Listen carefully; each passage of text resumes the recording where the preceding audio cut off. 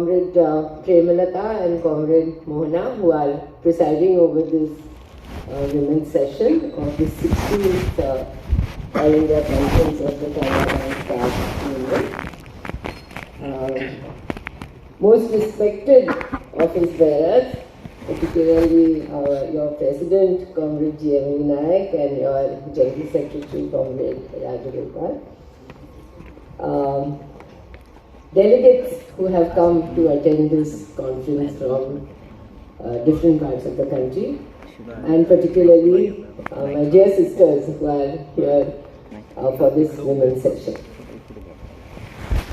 At the outset, let me greet all of you on behalf of myself, the All India Democratic Women's Association, though I know that Comrade Sonia Gill was here yesterday to greet you on behalf of the organization. And also from the Domestic Workers Union, who I am president of in Pune, because I'm sure all of you have one of them in your house. And perhaps it is also because of them that you are able to attend this conference today, particularly the women delegates. Thank you for inviting me. I feel very honored because I consider myself as a street level activist. So it is a great pleasure to be actually with members of what I consider to be one of the most privileged sections of today's labor in our country. And in fact, there is not much occasion actually to interact with sections like you, because most of our time goes in organizing the unorganized. I'm very happy that you have organized this women's session today. Not just because I think, as Comrade Prema has just pointed out, that it is very important to highlight the gender question within the overall issues that are faced by you as union members. But today also happens to be the birth anniversary of Savitribai Phule. So I think it is a very opportune occasion that this women's session is being organized today. And I think we should all pay homage to her memory and remember that it was exactly 175 years ago, on the 1st of January 1848, that she and Mahatma Jyotiba Phule started the first girls' school in Pune city. And as you all know, they faced a lot of opposition from the Sanatani, particularly the Brahminical order, who was very strong in Pune at that time. But it was the grit and determination of both Savitri and Mahatma Jyotiba Phule that allowed that school to actually flourish, and they were helped by several people. And we should also remember, therefore, Fatima Sheikh, who was her colleague in that whole process. Very often we speak about Savitribai, but we forget that there were other equally capable and revolutionary, I would say, people around with the Phule couple who helped that whole endeavor, and I think we owe it to them that at least some of us are here today in this position. And along with them, I think it's necessary to also remember the entire social reform tradition in our country. I come from a state of Maharashtra, which has a very rich tradition, but I know that states like Tamil Nadu, Kerala, Karnataka, and so many, particularly in the southern states, have had this tradition of social reform in which the issues of caste inequality on one hand and gender inequality on the other have both been taken up, like Phule did in his times, and that has contributed in a large way to, I think, where all of us stand today in terms of social progression. I also, on this occasion, would pay homage, therefore, to Dr. Babasaheb Ambedkar, the architect of our Indian Constitution, because I think he also laid a path for us to move away from this whole structure of inequality that has dominated our Indian society for thousands of years. This is also the 75th year we are celebrating of our Indian freedom struggle. And I think it is therefore also important to remember that women played a very, very major and important role in this freedom struggle. And it is not just the women that we read about, like Sarojini Naidu or Aruna Asaf Ali, the figures, I would say, or Kasturba of the Indian freedom struggle. But I think the thousands and lakhs of ordinary women who were sort of moved by, for instance, Gandhiji's call for freedom and Swaraj. And the thousands of women who walked along in all those marches and all those satyagrahas, who were part of the Prabhat fairies, who were, spinning cotton, were taking part in daily activities of the freedom struggle, like burning foreign clothes, for instance. So I think we need to remember that it was very ordinary women. Yeah, many of them who were housewives and had perhaps not even stepped out of their house, who were doing it for the first time, but who contributed by giving that mass of women to the freedom struggle. And we should also not forget that that was one stream of the freedom struggle, the stream that was led by Mahatma Gandhi. But there were other streams within the freedom struggle as well. There were the revolutionary streams, in which also many women participated in a big way. For instance, there was this whole Anushilan group in West Bengal, for instance, and we know that women took up armed. They participated in armed struggle against the British Raj at that time. And it was also during that same period that there were different kinds of struggles of different sections of the toiling people in our country.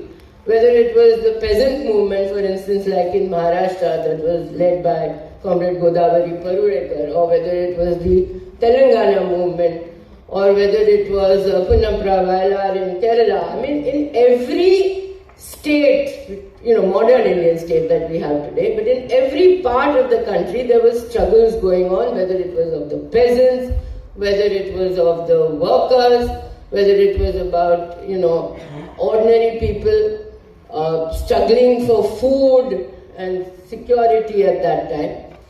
And of course, along with Dr. Babasaheb Ambedkar, there were huge numbers of women who were participating in the anti-untouchability campaigns that he was conducting at that time, including many of the temple satyagrahas that were taking place for temple entry. And I think we have to remember that all the participation of women in all these struggles, the visibility of women in them, and the issues that also came up as a result of their participation, which led to the shaping of the Indian Constitution. So it's not that just there were women in numbers who were participating in the freedom struggle, but they were also raising gender questions at that time. They were talking about the inequalities and the problems and the issues that they were facing at that time. And it is this that was reflected in a way in the shaping of the Indian Constitution. You remember that the Constituent Assembly itself had 15 women in it. And these were women from different walks of life. There was somebody like Rajkumari Amrit Kaur in it. But there was also someone like Dakshayani Valayudharan, who came from a oppressed social Dalit background. And she was raising the issues of Dalit women. And there were many educated women at that time who were raising the questions of women from those sections. And therefore, I do believe, and I think we should all accept, that the Indian Constitution therefore reflects the contribution that women made in the Indian freedom struggle. And it is because of that, I think, that two very important aspects of women's equality are there in our country. One, that we got the right to vote. Yeah, that unlike European women, we did not have to wage a separate struggle for the right to vote like in the suffragette movement. And that is a very important thing. You know, sometimes we forget, because we have that right, we forget how important it is that we have a right to vote which is equal to any other vote in this country. And most importantly, we got Article 14 in the Constitution, which says that the state will not discriminate on the basis of, caste, class, race, language, etc., and gender. And sex. The old language is sex, today we use the word gender. But Article 14 gives the women of India today the framework of equality, within which today we can then make all our demands against the discrimination that we face on the ground level. And I'm saying this is important because, again, we forget that even a country like the United States of America today does not have this kind of right to equality enshrined in its constitution. Even today in America, there is a movement called the Equal Rights Amendment Movement, where the women of the United States are today still demanding that their constitution should be amended to incorporate the right to gender equality. And I'm saying this because, as Premlata has pointed out, at the ground level, at a practical level today, as women, we do face discrimination, we do face inequality. The patriarchal and the caste structures that are existing in this country today means that women are still secondary citizens at a practical level. But at least we have a framework in the Constitution, and we have that article, and we have those fundamental rights and directive principles that talk about gender equality, and we can use that to support our struggles towards equality.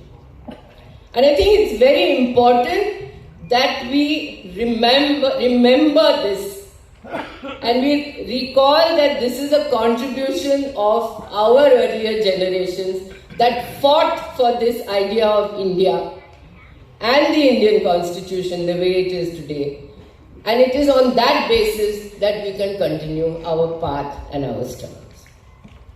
Because I think, as you must have discussed already in your General Secretary's report, this conference of yours is taking place at a very challenging juncture of our country. Yeah, we may be celebrating 75 years of Indian independence, but there is little to celebrate about otherwise. You are from the banking industry, so I do not have to tell you that this country is facing perhaps one of the biggest recessions, perhaps the most biggest economic crisis that it could have faced in these 75 years. And we know that this is not just a result of COVID. It is not a COVID-induced recession only. It is a recession that has been induced by the particular economic policies that have been pursued by the ruling class of this country for the last so many years, especially after the policies of neoliberal globalization were accepted by this ruling class. So we know that. We know that the unemployment level in this country is unprecedented. Yesterday's figures are showing 8%, 8.5%. This is open unemployment. We are not even talking about the underemployment, the disguised unemployment that we see and we know that exists in our country. We know that price levels are astronomical, and that even as middle class employees today, we are worried about how prices are going up and how it is becoming difficult to make both ends meet. Yeah, we know that. So we know that these are the problems, and we know that this country has become a much more unequal society than it was 75 years ago.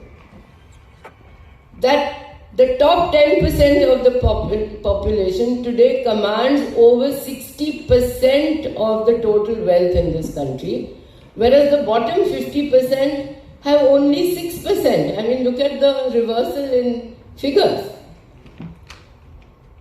And I'm saying this because for each of these dimensions, for each of these aspects, there is a women's aspect to it also. That when you talk about a gross situation, and you talk about a situation where there is already inequality in the form of gender discrimination, caste discrimination, discrimination on the basis of region, for instance. We have so many backward areas in our country.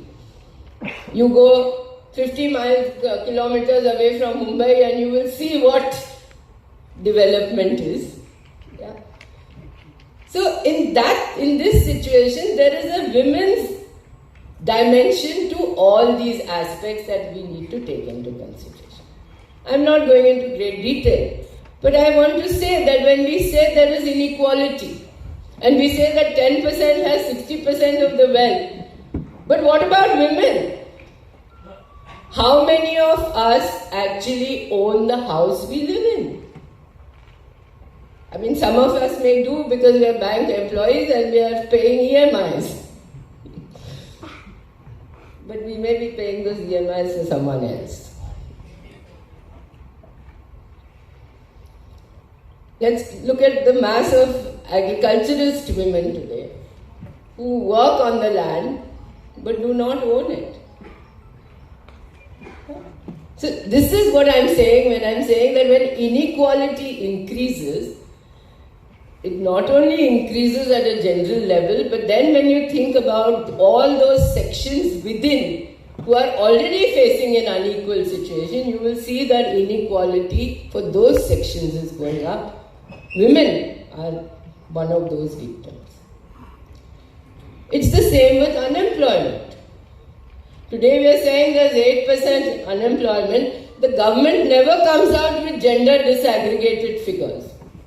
We really don't know how many women are unemployed in that sense, but we know that workforce participation rates for women are falling. They were already low. There are several reasons for why they are low. But we know that today in urban areas, officially, at least only 10 to 12% women actually find work. And in rural areas, it was 25 to 30%, and these rates are going down. More and more women are getting unemployed in different ways. It is the CMI who said that during COVID, of all the people who lost jobs during that period, of all the women who lost jobs, 47% of women never got those jobs back again. In comparison, only 7% of men remained unemployed. So look at the disparity. 7% of men remained unemployed, but 47% of women remained unemployed after COVID. And of course, these are official figures which count work which is seen. But there are lakhs and lakhs of women who are doing work who are not counted in official statistics. Yeah. The unpaid work burdens of women we know are continuously increasing. So we know that women are working, but they're not considered as workers. And because they're not considered as workers, they do not have any status. They do not have any legal protection. I mean, even a section like Anganwadi workers whom you see on the streets today, or the scheme workers, the Asha workers, the midday meal scheme workers, more than 10 crores of them today, 1 crore of them in the whole country. They are not recognized as workers, they are seen as voluntary workers by the government who employs them. They do not get minimum wages. They barely get 15 days off, that too after years of struggle. They do not have any retirement benefits. So actually, despite the fact that they are working, they are not considered to be part of the workforce. And so you see that unemployment has a different gender dimension which is becoming more and more serious in this country. It's the same with price rise. The more prices go up, the less women eat. One of the striking features that I have always seen when I've been looking at the data over the years as an activist is that when the National Health Family Survey statistics comes out, every time there have been so many rounds of this NFHS, which is a national survey on the state of the health of the nation, one striking feature is that the level of anemia in this country as far as women is concerned never seems to go down. It remains in that range of 50 to 55%. Now, to me, that is a question that if you have 75 years of independence and development and so on and so forth, why is it that the level of anemia in this country cannot go down? It means there's something very wrong. It means that food is not reaching women. And the reason why it's not reaching women is obviously because it is not enough at the given prices. And if we have this kind of price rise which is going on and which we know that is to a large extent fueled by fuel prices, government policy which keeps prices up for different reasons, the highest being, for instance, in the price of cooking gas, which has been, I don't know how many percent times it has gone up in the last 3 or 4 years, or 5 years, or 10 years. It means that women bear the brunt of all these economic policies.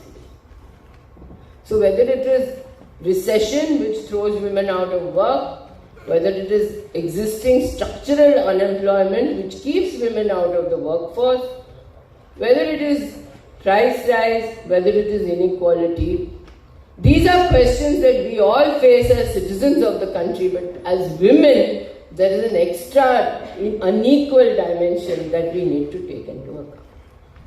And there is a fifth dimension, which is ours alone. And that is the whole question of insecurity. If you ask me, perhaps the biggest question that women face today in this country is the whole question of insecurity. That we, as adult women, are worried about what will happen to us when we step out. And it is not that we step out only at night that we will be worried about. We are worried that even if we step out during the day, we may be the victim of some kind of assault or the other. And we worry for our children, we worry for our daughters, we worry for all the women in this country, because the level of violence that is going up is just unbelievable. Every year, you know that the government of India comes out with the National Crime Records Bureau statistic. Last year, they always have 1 year lag. In 2021, almost 428,000 cases were registered in the police stations. And we all know that that is the tip of the iceberg. We know that not even perhaps 10% cases actually reach the police stations because there are so many hurdles and so many difficulties for a woman to actually take the courage and reach them. And even after she reaches there, whether her case is registered or not is actually quite a matter of luck. You need some kind of sympathetic atmosphere there, or you need the help of a women's organization or a union or any social organization who will put pressure on the police officials there to actually accept her case and register it. So we are talking about the tip of the iceberg, which is 428,000 odd cases in 2021. We are in 2023 now. Every year there is an upward trend. It means that every 5 minutes, 4 cases are being registered. Every 5 minutes. The question is that this all the governments that come to power make such a big issue out of women's violence. And they make big proclamations. They say we will make stringent laws. They have made stringent laws. It's not that there are few laws in this country. The women's movement in this country fought for laws to protect women. Today we have different sets of laws, and yet we see that the cases of violence against women is going up. There must be something going wrong, isn't it? I mean, obviously, one thing is clear, that the law doesn't seem to be a deterrence. Nobody seems scared of the law. People seem to think they can get away with it. Yeah? I think there are reasons for that. The main reason, of course, being that whatever laws there are not implemented properly. There are no structures to implement them. There are no budgets to implement them. The government talks about gender budget every year. Nirmala Sitharaman will present you with a gender budget statement next month. But the percentage of funds that are allocated for women's budget has remained stagnant. In fact, it is going down. The Women and Child Development Department's budget in all the central budgets and even in the state budgets are going down regularly. Women are not priority when it comes to putting your money where your mouth is. That's the situation. So, laws are not implemented properly. Conviction rates are very low. There is gross political interference in the process. We have so many cases. The latest being of Bilkis Banu. I mean, everybody knew about Bilkis Banu's case when the Gujarat riots took place. Let me say that I was part of the EDVA delegation that went to Ahmedabad on that 10th of March 2002 when I had met Bilkis Banu. So I cannot describe to you what I felt when I saw what the papers had reported, that her gang rape and killers of her family had actually been let off by the government and the court. So really look at the challenge that we are facing today. It's not just a question of having laws and stringent laws, but look at the atmosphere in which we are living, where the judiciary, where the executive, where the government itself, where people who are in power as elected representatives do not feel that they are doing an injustice to women. This is a backlash that we as a generation of women are facing today, I feel. That the kind of progress that we made over all these years, on the basis of the Indian Constitution that gave us this right to equality, that the kind of education that we have, levels that we have achieved, the positions that we have managed to reach with so much of struggle, I think today we are still being viewed as in the traditional manner, that our place is in the home, that our job is only to produce babies. And that is what politicians tell us. They make public speeches which exhort us that you should have 10 children because they want to increase the population of a particular religious community. Is that what we are? Is that what we are? But that is how we are viewed today. And so I feel that these are the challenges on the background of which we as women in the public sector, we as women in the banking sector have a particular role to play. I am not going into great detail about what the situation of women in this country is today. I think what I have said kind of sums it up. My appeal to you today is at a different level. My appeal is that as representatives of perhaps one of the best sections of working women in this country today, relatively speaking, I know that you have many problems, but relatively speaking, as members of that small percentage of people who are in the organized sector, I think we have a special role to play.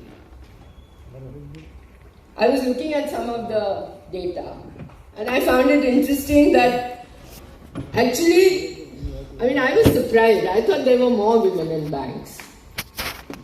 It seems when I go to any branch of any bank, there seem to be so many women there. But actually, in comparison to, say, the United States or Germany, the percentage of women in Indian banks is much lower, and I was surprised. I must say I was surprised. Other countries seem to have at least 50% of their employees as women. In our country, it seems it's only about 1/4, 25%. And in fact, this data was saying, there were some studies I was just looking at, the data was saying that there are hardly 7% women in the senior managerial position. There are about 30% women in the clerical sector. There are about 20% women in the managerial sector. So really speaking, we are underrepresented. But even if we are, I think we still represent a very important organized section of the Indian working force, and particularly of working women, because it is because of the struggles of the bank unions that we have achieved this level of equality that Prema pointed out. That we don't have a question of equal pay for equal work.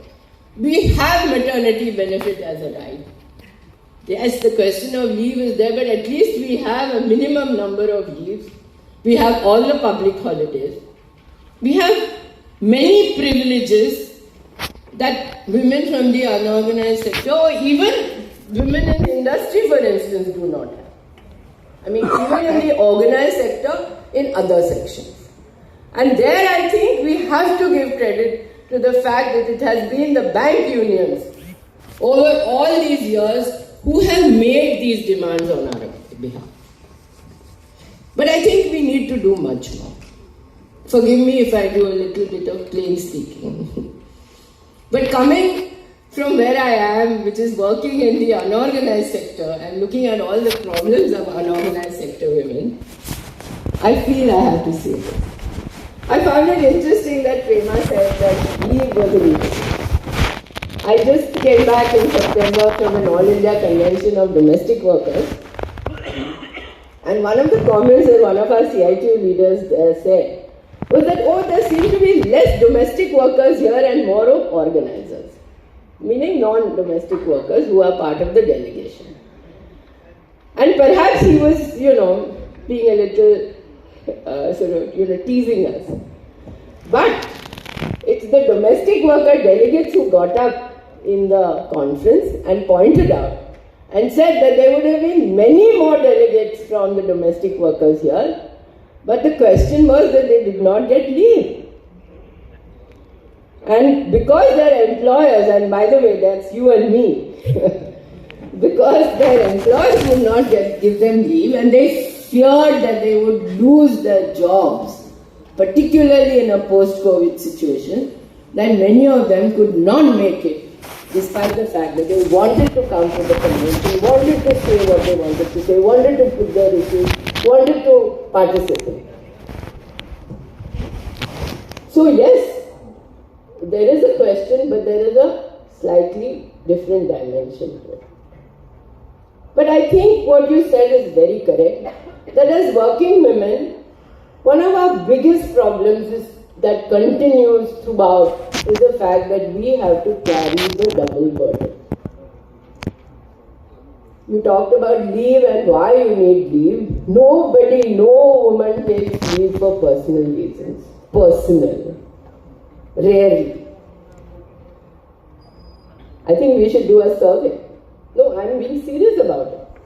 I really think that on behalf of the union, I would request that the Canara Staff Union undertake a survey of its women members to actually try and understand what is it that they are facing. I know that you know the problems and I know that you take up the issues, but I think it would be very, very useful for you and for the country, I'm saying, for the working women's movement in this country, for the women's movement in this country to understand what are the issues that are faced by such a well-organized section of working women today. We need to put this in front of everyone. That the double burden doesn't just simply mean childcare and housework. In fact, that is something that you can possibly outsource. Possibly. But what about that house management? What about the taking care of the elderly and the sick? What about the fact that it is you that who have to take leave when your children have 10th and 12th standard exams? That you carry the burden of family functions? That you have to undertake all the religious function activities? I mean, there are countless things that go under the double burden. And in fact, there was a Comrade Naik, when Maya Pandit was on the board of the Shivaji University Teachers Association, she was a Senate member, they conducted a study of the survey of the women teachers. And one of the demands that came up was, we want leave for looking after our family members. Sick leave not for ourselves but for others. You know. So, the point is that the double burden is something that continues, and there I feel that it is not just making demands for special leave, but we have to have some kind of a social revolution within our families also. I mean, isn't it time that our male comrades and in our own household, we all started taking these responsibilities? How can we make the change if we don't make the change in our own house? We can't keep looking out. We have to look in also. So I think the double burden is something that we have to address at different levels. Yes, at one level, it will be part of our demands in our union charters. But at another level, it has to be a social question that we raise. But why is it that it is only women who carry the double burden? And we have to address it because the situation around us is changing today.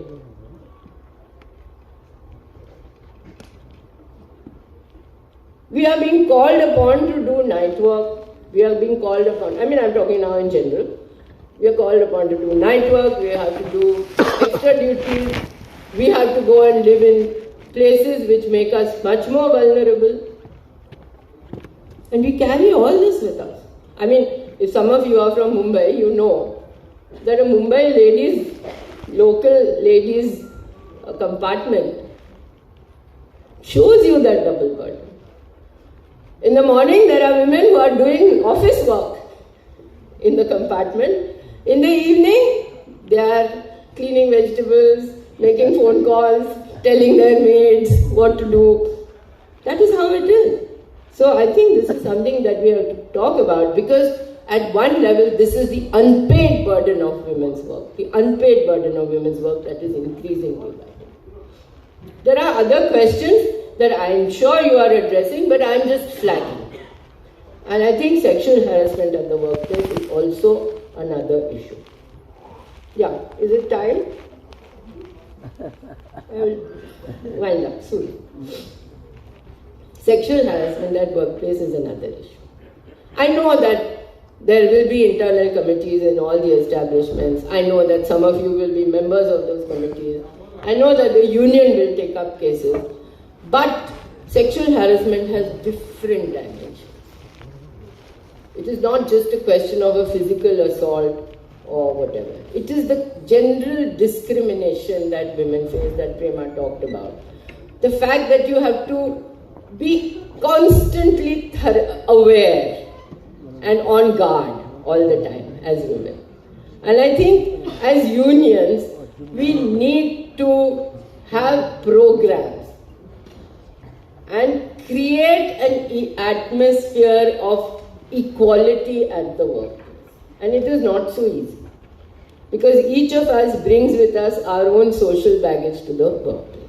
We come with all our traditional mindsets as men and as women also. I'm not blaming men alone.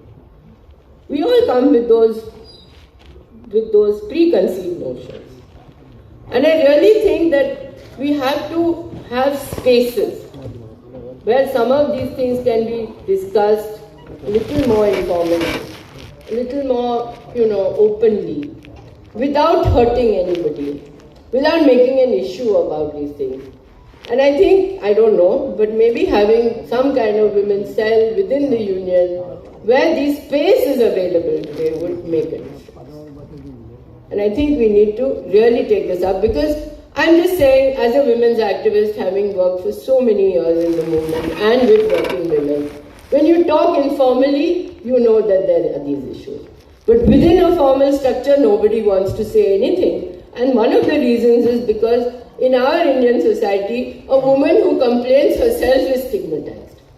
That she is seen not as a victim, but she is blamed for whatever that happens. And we feel worried. We don't want to talk about it. So I'm saying that as a women's committee, as a women's cell, with the help of the union, if we can create this kind of space so that there can be some talking and some move towards creating a more equal atmosphere in the office, wherever we are working. Because we know that as women, we have to prove ourselves all the time.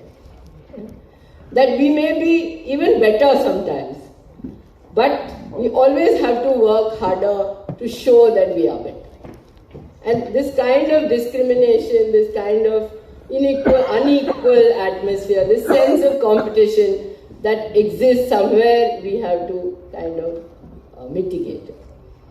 So I feel that these are some of the things that we need to talk about. And the last point I want to make is that I have always felt as an activist in the movement, whether it is in the workers' movement, in the women's movement, that over the years, the participation of women in union activities has gone down. Now, why is that is a question that we need to ask. And what is it that we can do to encourage more women to be part of the union? I know that you are all grappling with these issues. I know that it is not something that you are not thinking about. But I'm just putting it up front to you. We face it. We face it in an all-women's union. We know that the burden, the double burden, is one very major reason why women cannot attend union activities.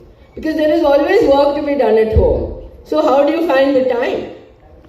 You have to go to work, and then you have to go to a union meeting, and then when you do your housework, whatever it is, whatever those responsibilities are. So that is an issue. But somewhere I think maybe if we work out within our own offices how some person will come for one meeting, another person will come for another meeting, some mechanisms by which we increase women's participation in the unions. Because I think unless we ourselves represent our issues, we are not going to get anywhere. We need to talk. We need to say. And we need to work out how we are going to be participants. And we need to remember that that market outside that keeps attracting us through the television, through the serials, through the shops, that is not going to be, with us forever. That somehow it is at the end of the day our solidarity and our being together that will be able to help us to meet the challenges that are there in the future. And so you need to build your solidarities with yourself, and you need to build your solidarities with others outside. I think you need to take inspiration from the fact that lakhs and lakhs of Anganwadi women today are on the streets. Lakhs and lakhs of Asha workers who do not even get an honorarium. They are paid an incentive. If they conduct a vaccination program, they get 75 rupees. If they don't even get that much. What is 75 rupees today? Their average incomes at the end of the month are hardly something like 8 to 10,000. That our domestic workers, after working in 10 and 12 houses, even in a city like Mumbai, will not get more than 15 or 20,000 a month. That is not enough, to survive. Forget living. It is not enough to survive. So I think as sections of the unorganized sector, we really need to, in a sense, thank the fact that we are part of the organized sector, that we are backed by strong unions who have still resisted so much of the attacks that this ruling class is putting on us, and that we have some resources to fight, and that we have to fight not just for ourselves but also for others.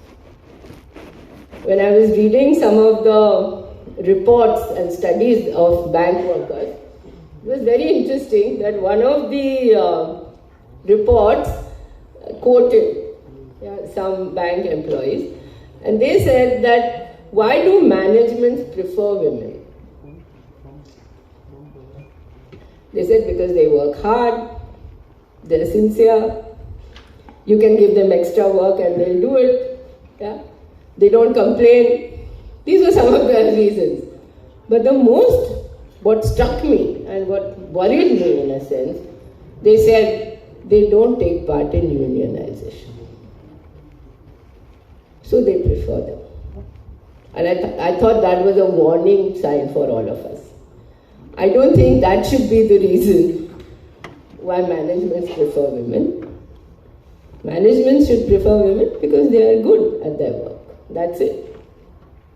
Not because we are compliant, not because we will listen to them. We do a good job, we should be preferred. So I would like to end on that note. I will just appeal to all of you that there are many, many challenges in front of us today, as women, as bank employees, and as citizens of this country. And I think all of us need to be together to face those challenges and to continue to protect the idea of India that was seen by all those who participated in the freedom struggle 75 years ago.